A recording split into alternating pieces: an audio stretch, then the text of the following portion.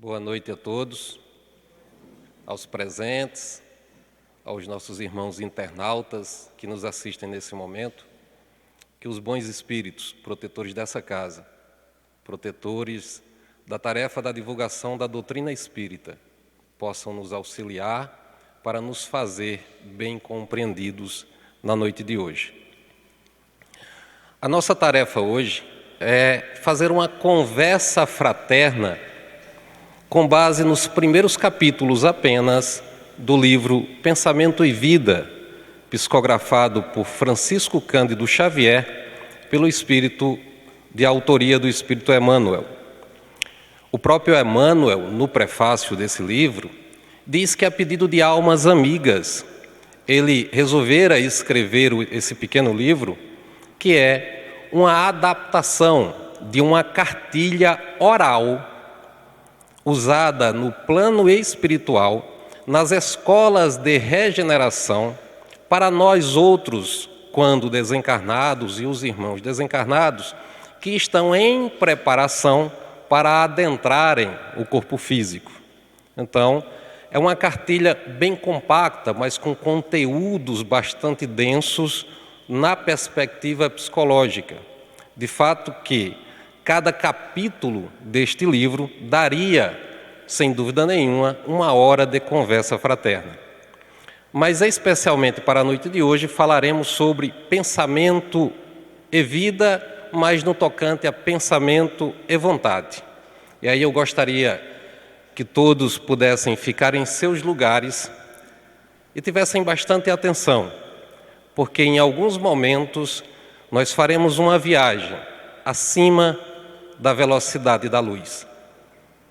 Só para termos a ideia da velocidade que alcançaremos na noite de hoje, na velocidade da luz, que é de 300 mil quilômetros por segundo, para darmos uma volta completa no planeta Terra, fazendo uma circunferência na linha do Equador, faríamos isso em 0,13 segundos.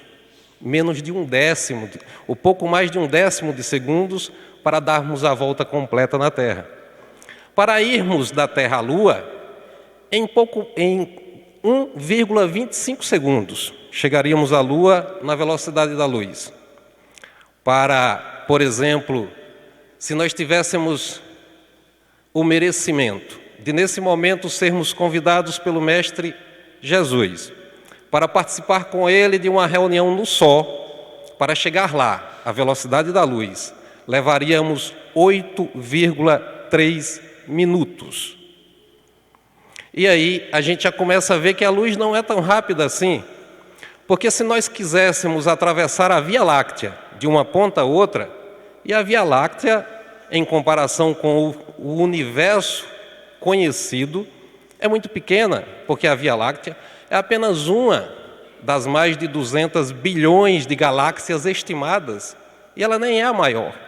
Mas para irmos de uma ponta a outra da Via Láctea, a velocidade da luz, levaríamos 100 mil anos de viagem à velocidade da luz.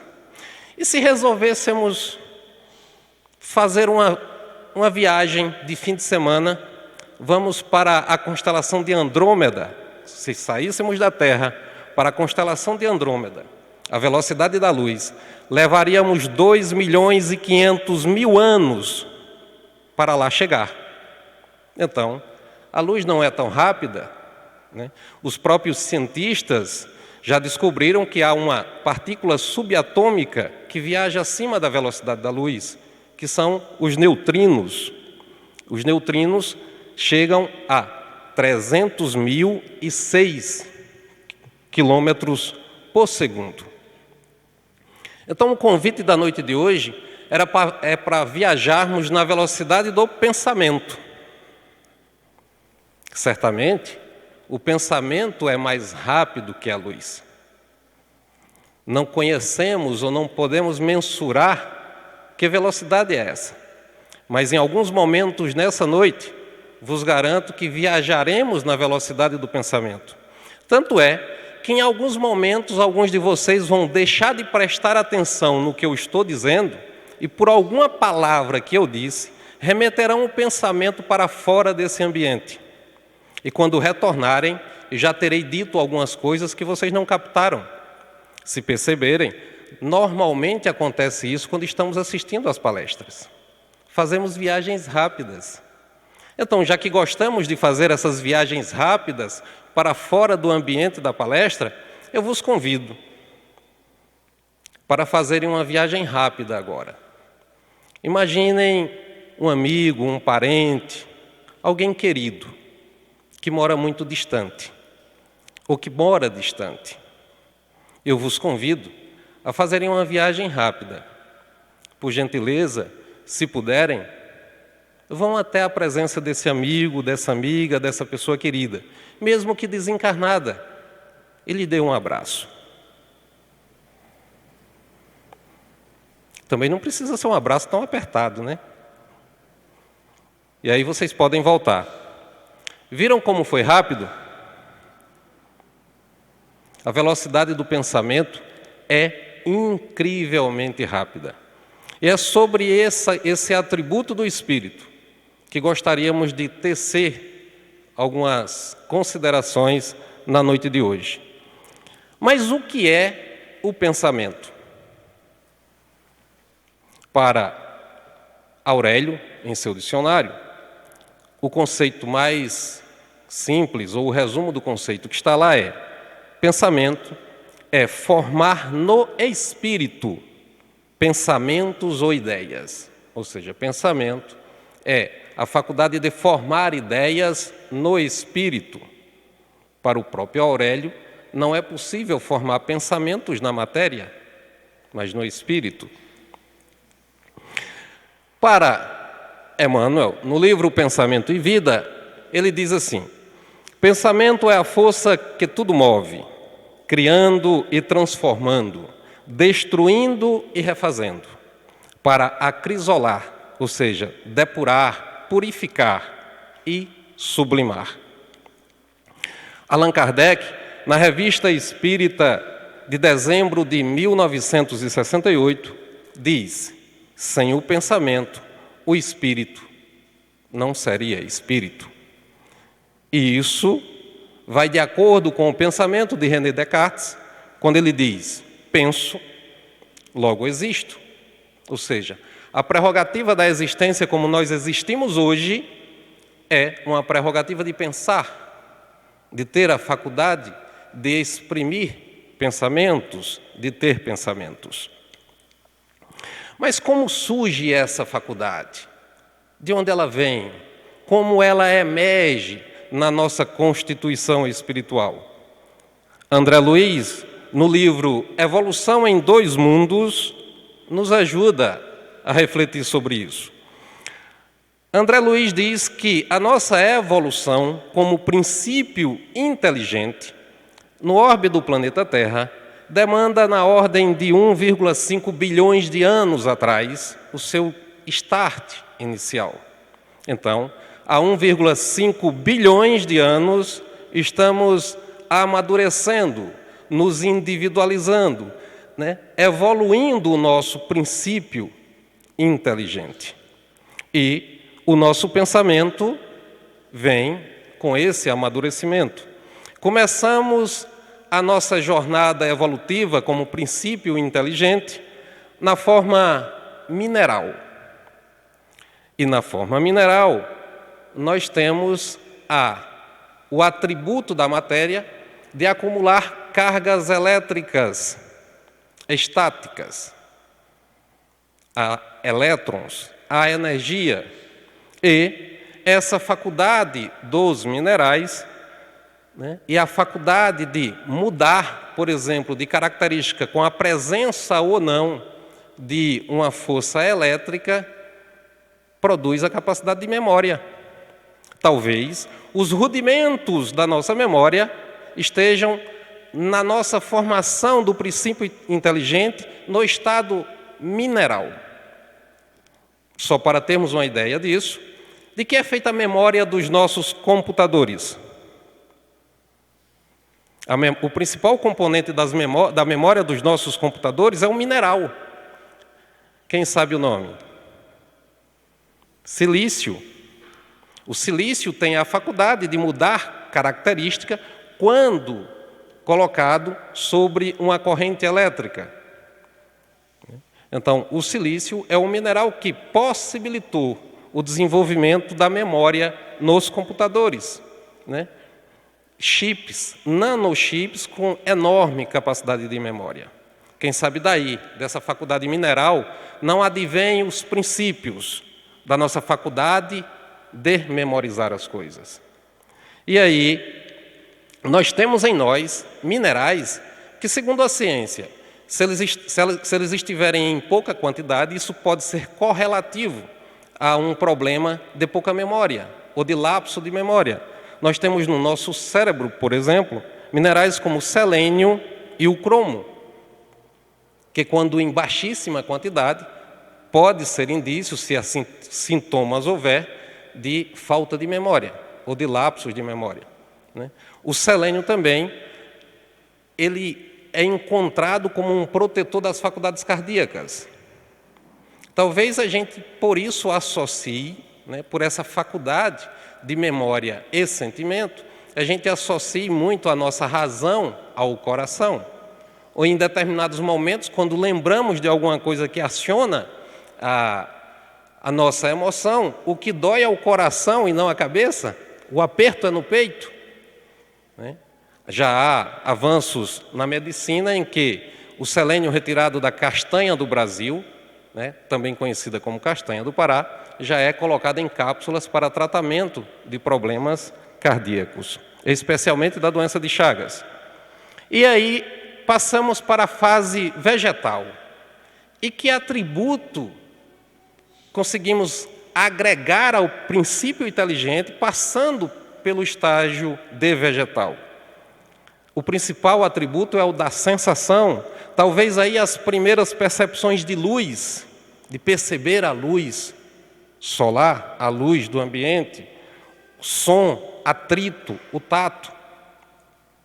Tanto que algumas plantas sentem o tato, algumas plantas se retraem quando você toca nelas, né? As plantas tendem a procurar a luz do sol, a se curvarem, né? Há uma percepção muito aguçada das plantas e há estudos que as plantas também respondem ao som, né?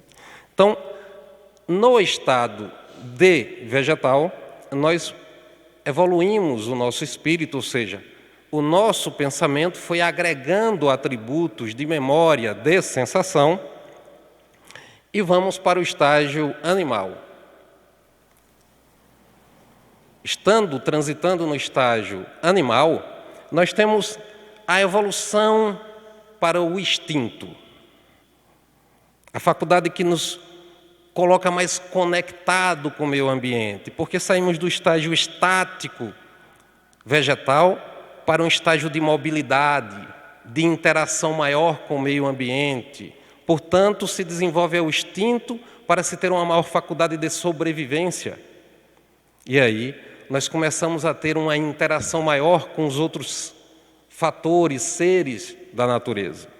E vem, segundo André Luiz, os pensamentos descontínuos, sem conexão uns com os outros, e a faculdade especial que alguns animais têm de serem adestrados num processo de estímulo-resposta. Esses pensamentos descontínuos facultam a alguns animais a possibilidade de se condicionarem a alguns padrões que o meio ou que as pessoas se lhe atribuem. Então, já há um estágio avançado. Assim como nas plantas há uma gradação entre a menos e a mais evoluída em sensação, a ponto que existem plantas carnívoras, assim há entre os animais aqueles que têm os instintos mais e menos evoluídos, assim como nós estando transitando na fase hominal, há os homens com a razão mais e outras com a razão menos evoluída. Porque é nesse estágio hominal onde aparece o atributo da razão.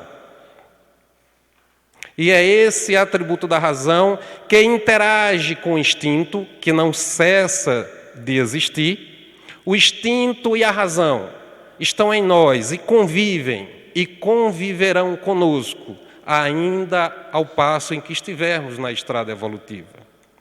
Ao ponto que os Espíritos dizem lá no Livro dos Espíritos que muitas das vezes deveríamos confiar mais no instinto do que na razão, porque a razão pode estar falseada por outras impressões.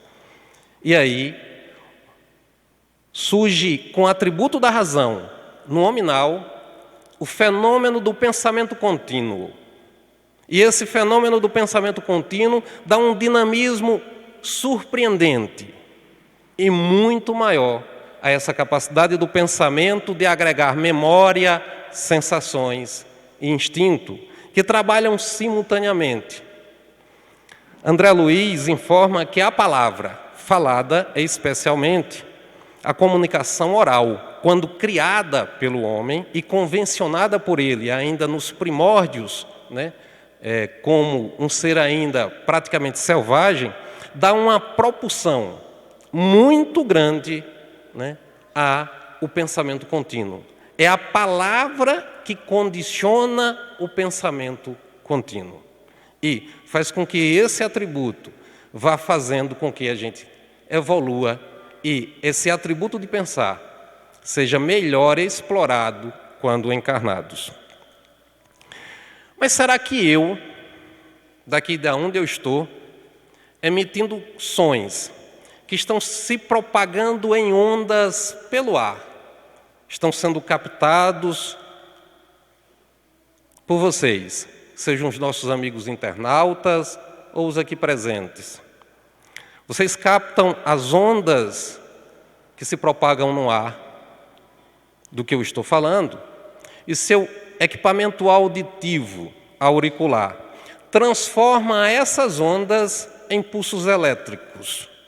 E esses pulsos elétricos são interpretados por fantásticas conexões neurais que lhes dão ideias do que eu estou falando em função de coisas que vocês conhecem, que vocês sentem, instinto que estão em vocês. Mas será que eu consigo agora interferir em vocês apenas com o que eu estou falando? Talvez não. Mas eu gostaria de contar uma história. Eu tenho uma vida de infância e pré-adolescência rural. Morava no sítio. E no sítio tinha muitas frutas. Mas uma em especial me chamava a atenção. Talvez até vocês conheçam. Pode ser que não dessa encarnação, pouco provável que ninguém conheça, mas quem não conhece dessa encarnação deve conhecer de outras. Eu falo do limão. Acredito que todos conhecem o limão. E o limão sempre me chamou muita atenção. E eu guardo na memória as vezes em que fui para um limoeiro, que ficava perto da casa em que morava no sítio. E de propósito, eu já levava um saquinho, aqueles de sacolé, com um pouco de sal. Uma pequena faca de mesa, e sentava embaixo do limoeiro, uma sombra agradável. Pegava um limão, aqueles que nem são muito verdes, nem muito maduros, a casca levemente amarelada. Partia ao meio, e já sentia a sensação de saborear aquela fruta. E pegava o sal, colocava um pouco de sal sobre uma das bandas do limão, e levava à boca. Outras vezes, eu era um pouco mais ousado. Pegava um copo e espremia o limão no copo. Colocava um pouco de sal e tomava.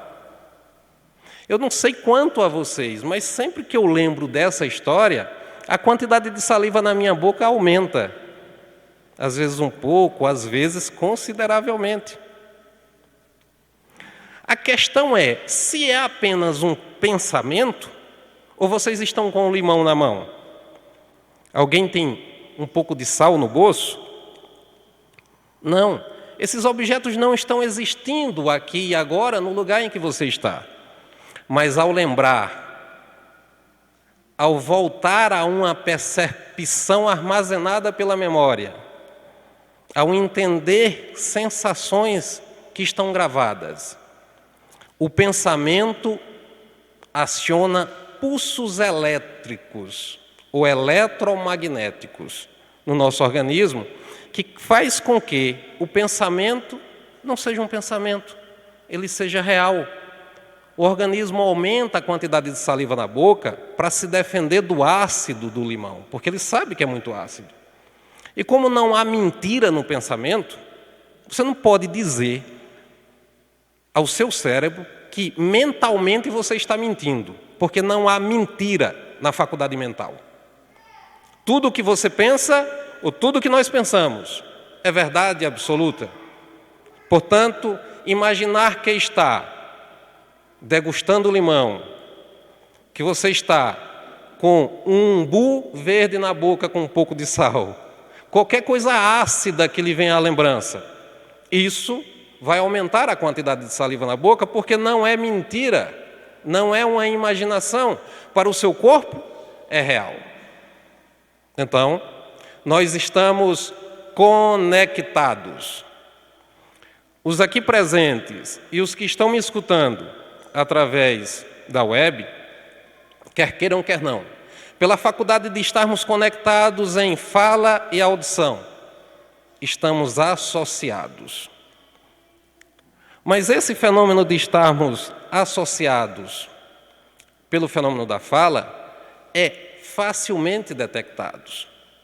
Há outras formas de nos associarmos, de nos conectarmos e não percebemos.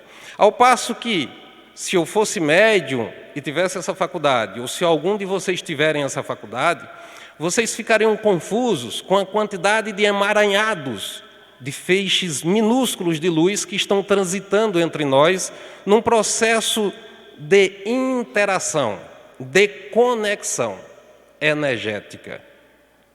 Não apenas o som está viajando, mas há interações eletromagnéticas. Emmanuel, no livro Pensamento e Vida, diz que a eletricidade é energia dinâmica, magnetismo é energia estática. E o pensamento, portanto, é uma força eletromagnética. O pensamento associa energia dinâmica e energia estática, a energia em movimento e a energia armazenada em alguns corpos. Portanto, o pensamento, principalmente o pensamento que é emitido quando encarnados na forma oral, escrita, mas que acione lembranças, memórias, sensações, desencadeia todo um processo eletromagnético em nós. E a vontade? No começo da nossa fala, eu disse que falaríamos um pouco também sobre a vontade. Se podemos ter passado um pouco, com pinceladas rápidas, porque o assunto é muito complexo, sobre o pensamento e a vontade. O que é a vontade? Allan Kardec, na Revista Espírita, também na Revista Espírita de dezembro de 1968, define a vontade. Allan Kardec diz: a vontade não é um atributo especial do espírito. Vejam que interessante. O pensamento é um atributo que define o espírito. A vontade não. Ele diz: é o pensamento chegado a um certo grau de energia. Portanto, a vontade é um pensamento chegado a um certo grau de energia. É como se fosse um pacote de pensamento, uma porção de pensamento, para ser um pouco mais grosseiro no entendimento, mas que a gente consiga aprender essa ideia, que se transforma em vontade. É o pensamento transformado em força motriz, ou seja, é um aglomerado de pensamento, uma condensação de pensamento que dá um impulso, um empurrão, um impacto em energias que facultam movimentos mentais e movimentos físicos. No livro Pensamento e Vontade, Emmanuel diz que Emmanuel diz que a vontade é o leme de todos os tipos de força incorporados ao nosso conhecimento. Vontade é o leme. O que é que um leme faz em uma embarcação? O leme define a direção. Então, a vontade em nós define a direção. Porque cessar o movimento é impossível. Alguém já tentou parar de pensar? Desde que desenvolvemos o pensamento contínuo, se é uma coisa que é impossível de acontecer, é parar de pensar. Alguns até dizem que meditando param de pensar. Não. A meditação desacelera o pensamento, coloca o pensamento em um outro plano, em um outro estágio, mas não o cessa completamente. Parar de pensar é impossível. Se não se pode parar de pensar, que escolha resta? Escolher a direção. Eu não posso parar de pensar. A escolha é para qual direção pensar. Em que pensar? Para onde direcionar o meu pensamento? É essa a decisão a tomar. Porque não dá para parar de pensar. Mas é possível escolher a direção do pensamento. Porque esse é um atributo da vontade. E Emmanuel diz no livro Pensamento e Vida que o gabinete da vontade, dentre todos os outros gabinetes que estão na mente, ou na nossa mente, na mente humana, porque nós temos o departamento da imaginação, né, que às vezes falha, né? Às vezes o pessoal que trabalha nesse departamento dá umas cochiladas, que a gente procura o nome de alguém para associar a fisionomia e não acha, né? Há o departamento do desejo, que nos impulsiona especialmente ao trabalho, né? Ao departamento da imaginação, da criatividade, muito utilizado pelos artistas, né? Há vários departamentos que estão trabalhando na nossa mente. E Emmanuel diz que o departamento da vontade, especialmente esse departamento, manda em todos os outros. É o chefe, é o comandante, é o que dá as ordens. Portanto, há de se ter muita vigilância nesse departamento, porque ele é o leme, ele define a direção. Porque definindo a direção do que pensar e do que falar, se define a direção de agir. Porque o agir é consequência do pensar. Agir é consequência do pensar e falar. No Evangelho segundo o Espiritismo, na parte ação da prece, transmissão do pensamento, Allan Kardec diz que todos nós, sem exceção, encarnados e desencarnados, estamos mergulhados no fluido universal. Imaginemos nós aqui, nós estamos no fundo do mar e tudo que nos cerca é água. Então nós estamos mergulhados em um mar de fluidos. Nós estamos mergulhados no fluido universal. Não o podemos ver nem tocar, mas estamos imersos nele. E o fluido universal é o veículo do pensamento, assim como o ar é o veículo da minha voz. Vocês estão me escutando graças a uma faculdade do ar, de propagar o som. Se eu pensar, vocês captarão ondas do meu pensamento graças ao fluido universal, que é o veículo do pensamento. Um veículo para a emanação desse impulso eletromagnético, como diz Emmanuel. E a vontade, diz Allan Kardec lá no Evangelho, no capítulo que trata das preces, diz que a vontade promove impulsos ao fluido. Existe o fluido que desloca o nosso pensamento. A vontade dá impulsos, acelera essa transmissão, né? Dá cargas nesse fluido universal. Ainda lá no Evangelho, no capítulo da ação da prece, Allan Kardec diz que o ar tem restrições, ao ponto que alguns de vocês só estão conseguindo me escutar bem graças ao avanço da tecnologia e aos amplificadores de som. Do contrário, vocês teriam dificuldade para me escutar, porque o recurso do ar de propagar o som é restrito. Mas e o recurso do fluido universal? de propagar o pensamento. Lembram que eu falei no começo que podemos fazer uma viagem acima da velocidade da luz? Sabe qual é a limitação do fluido universal para transmitir um pensamento? Segundo informa Allan Kardec, ilimitada. Vai ao infinito. Ou seja, um pensamento não tem barreira física. Ele atravessa a Via Láctea, vai daqui para Andrômeda, vai até a galáxia mais distante que você puder imaginar. Porque o recurso é infinito. É um atributo do fluido universal, de transmitir o pensamento. E pasmem, com a tecnologia que é em tempo real. Em tempo real. Se a gente se espanta com a velocidade da luz, podemos sim nos espantar com a faculdade de pensar, porque é um atributo que temos que é fantástico. Ainda lá no capítulo que trata da prece, Allan Kardec diz que nós emitimos correntes eletromagnéticas.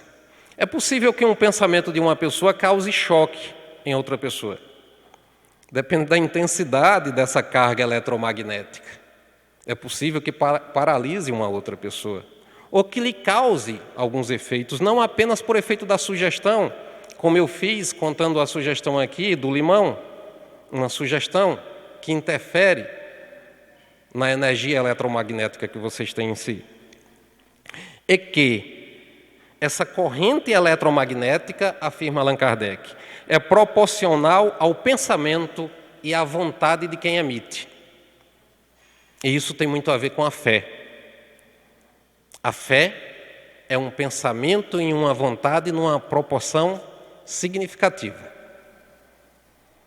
Emmanuel diz que nós estamos conectados, interligados, associados ao passo que um processo de influenciação recíproca, quando estamos na mesma sintonia, é um processo inderrogável.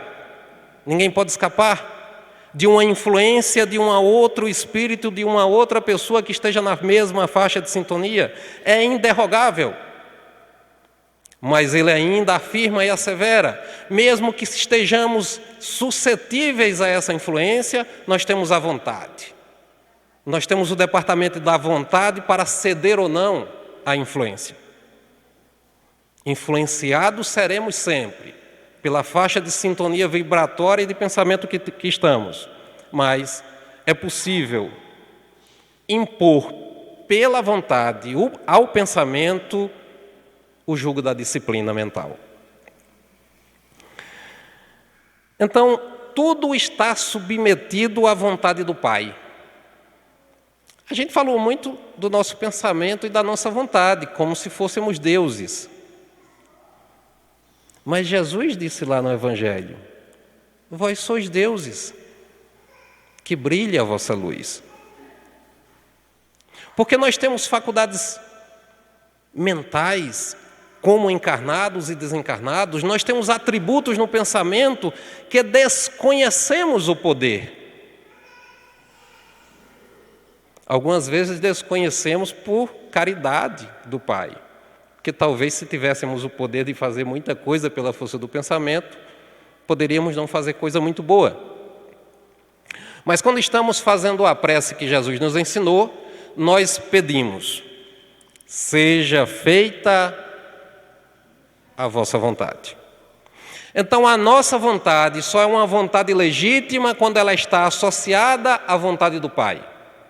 Não pode haver uma vontade legítima na carga do Espírito, na carga energética do Espírito, em todo esse complexo de energia que falamos, que seja desconectada da vontade do Pai. E aí, eu gostaria de pedir licença a vocês para contar uma pequena história de uma criança. Eu, pessoalmente, me afeiçoo muito com histórias de crianças, porque Jesus disse: o reino dos céus é para aqueles que com elas se assemelham, não na aparência física, mas na atitude mental. E conheceremos a história de Pedro.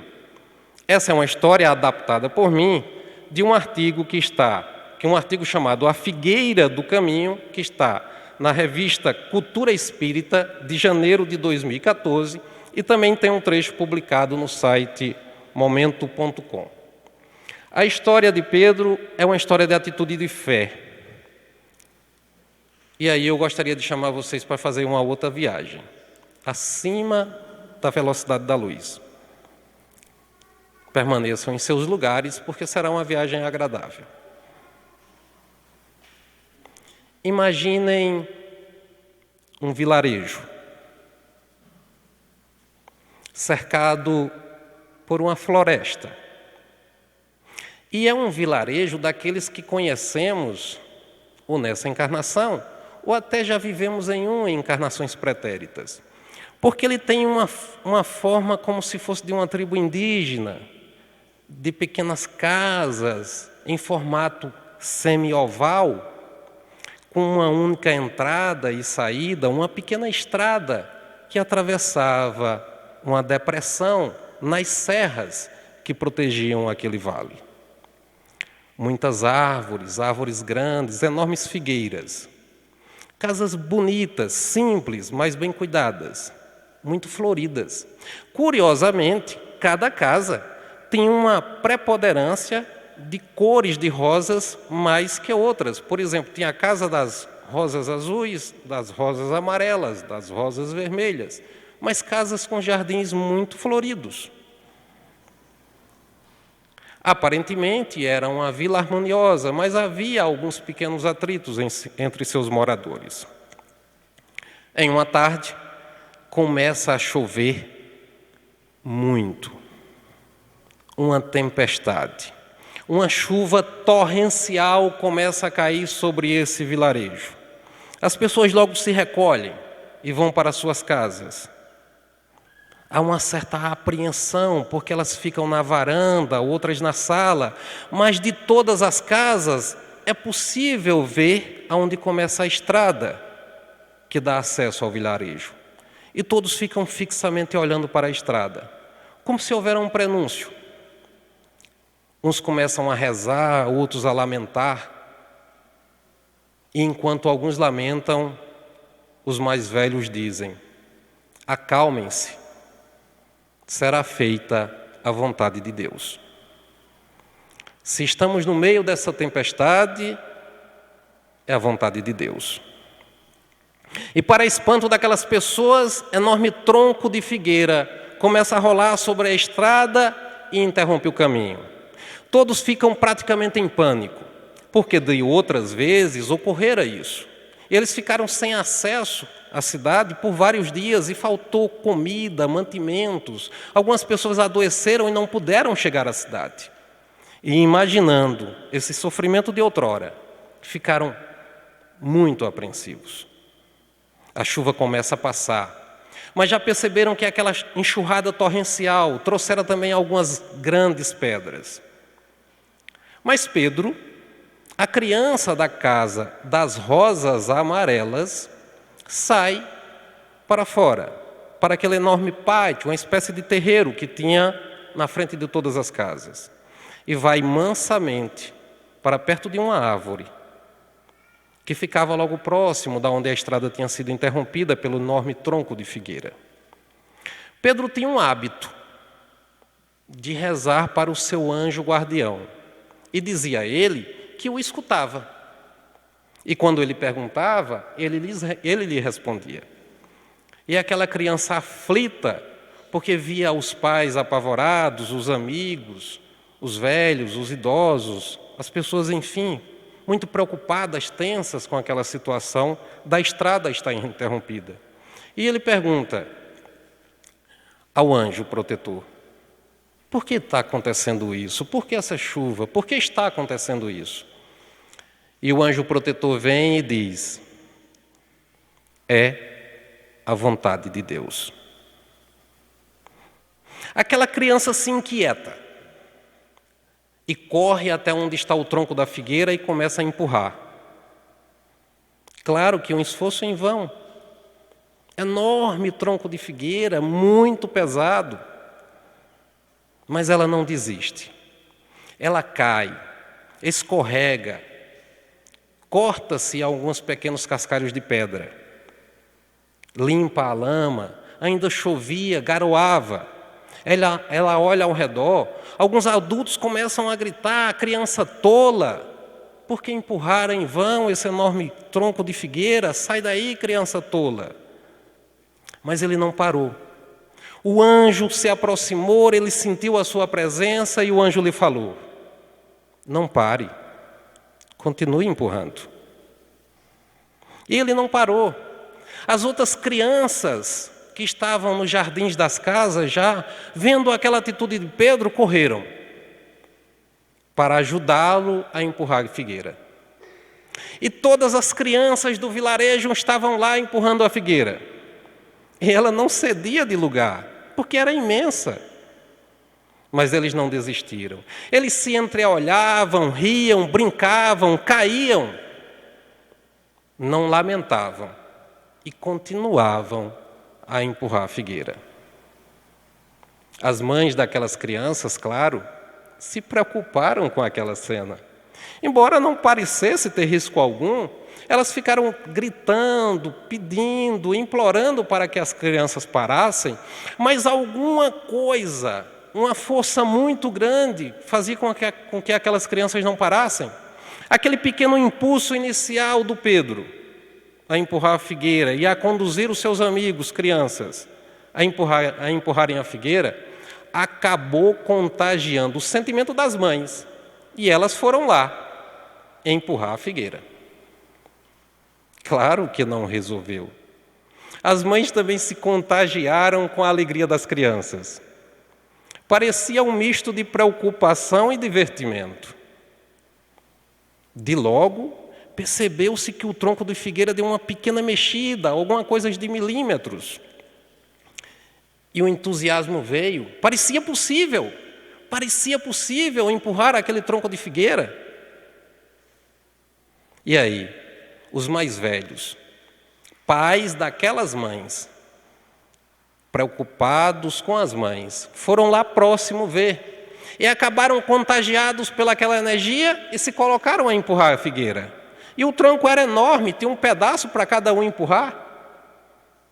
Logo, os maridos, os adultos, preocupados com suas esposas, e os jovens adultos, preocupados com suas mães e avós, e os seus irmãos, também foram lá observar aquela cena com tanta gente empurrando a figueira.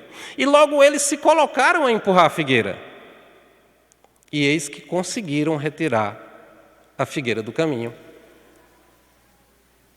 Acontecera um milagre.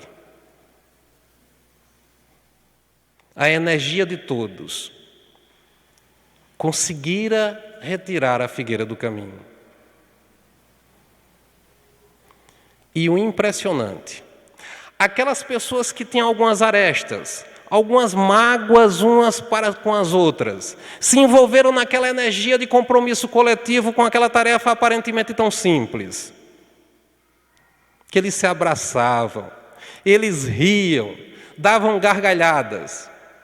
Era uma festa da alma. Ali não havia mágoas nem intrigas, havia um único impulso coletivo por uma tarefa comum. Logo depois que retiraram aquele enorme tronco de figueira e desobstruíram a estrada, perceberam que haviam outras grandes pedras, enormes pedras que também tinham rolado.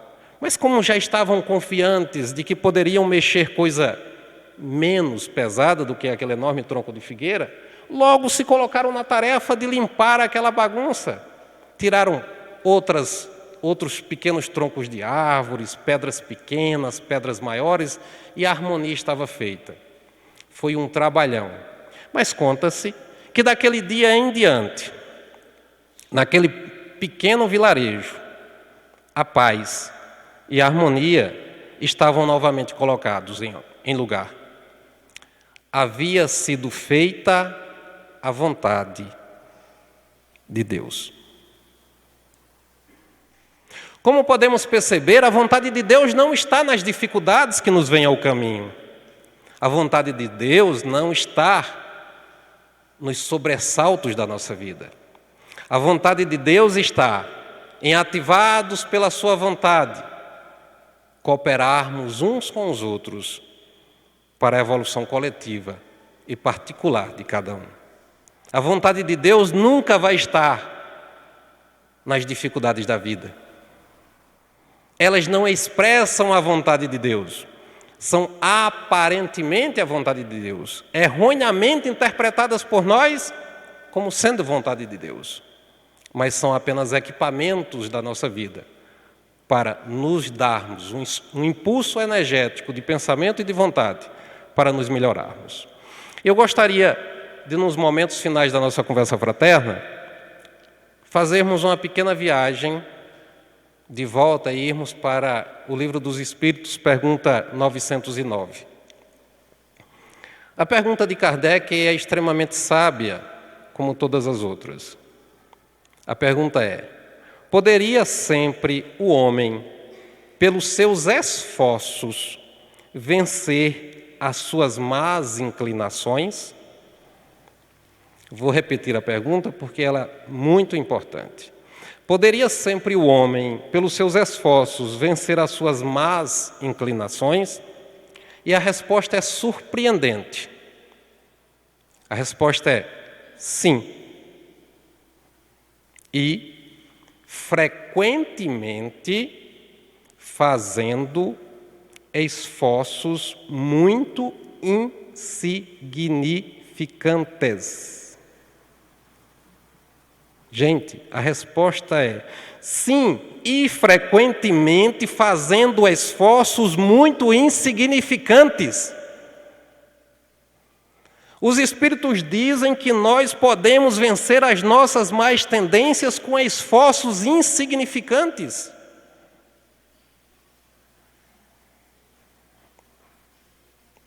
E é muito contundente isso, porque é o atributo de usar a vontade para direcionar o pensamento. Porque o esforço de mudar de atitude mental é menor do que mudar de atitude braçal. Porque a atitude do ato, do gesto, é posterior ao pensamento. Então, se nós nos disciplinarmos a entender o nosso pensamento e a usarmos o leme da vontade para o direcionar, nesse esforço, aparentemente simples, corrigiremos muitas coisas da nossa vida. Mas os espíritos superiores continuam.